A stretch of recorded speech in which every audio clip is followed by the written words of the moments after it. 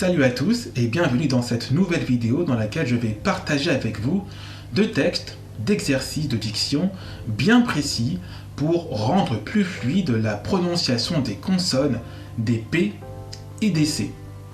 J'ai déjà fait une vidéo sur les exercices de diction avec un crayon dans la bouche et il s'agissait de la prononciation de la consonne S pour la rendre bien sûr plus audible et plus fluide.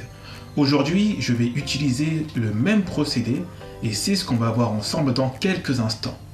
Je m'appelle Cyril Delio, je suis coach en prise de parole en public et j'accompagne des centaines de personnes à surmonter leur tendance à bégayer et à devenir plus éloquents. Si vous êtes nouveau sur cette chaîne YouTube, je vous invite à vous abonner afin de rejoindre plusieurs centaines de personnes désireuses d'être plus éloquents. J'utilise très souvent des exercices de diction avec un crayon dans la bouche pour rendre à la fois ma parole plus fluide ainsi que la prononciation des consonnes, mais surtout pour diminuer la mollesse d'articulation et mieux percevoir les moments où je dois respirer. Dites-moi en commentaire si vous avez déjà fait ce type d'exercice. Alors, par où commencer ?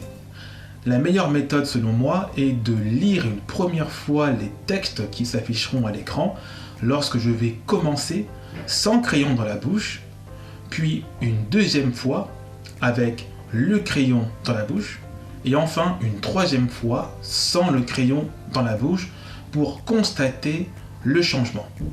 Allez, c'est parti. C'est l'histoire d'un gars qui s'appelle Paul, qui meurt de froid en pleine région polaire, dans un amas de vêtements divers et décolorés, recherchant vainement une pierre précieuse avec un outil inapproprié pendant que sa fiancée tarde à lui téléphoner depuis sa voiture allemande.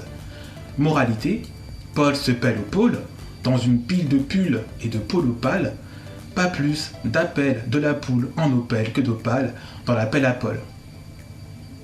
Maintenant le texte suivant.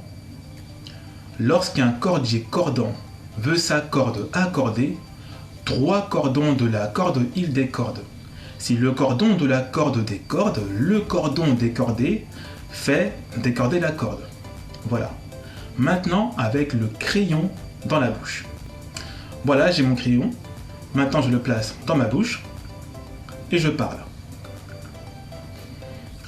C'est l'histoire d'un gars qui s'appelle Paul, qui meurt de froid en pleine région polaire, dans un amas de vêtements divers et décolorés, recherchant vainement une pierre précieuse avec un outil inapproprié, pendant que sa fiancée tarde à lui téléphoner depuis sa voiture allemande. Moralité, Paul se pèle au pôle dans une pile de pulls et de polo pâle, pas plus d'appel de la poule en opale que d'opale dans l'appel à Paul. Maintenant pour le texte suivant. Lorsqu'un cordier cordant veut sa corde accorder, 3 cordons de la corde il décorde. Si le cordon de la corde décorde, le cordon décordé fait décorder la corde. Voilà. Maintenant la dernière étape, après avoir fait avec le crayon dans la bouche, c'est l'histoire d'un gars qui s'appelle Paul, qui meurt de froid en pleine région polaire, dans un amas de vêtements divers et décolorés, recherchant vainement une pierre précieuse avec un outil inapproprié pendant que sa fiancée tarde à lui téléphoner depuis sa voiture allemande.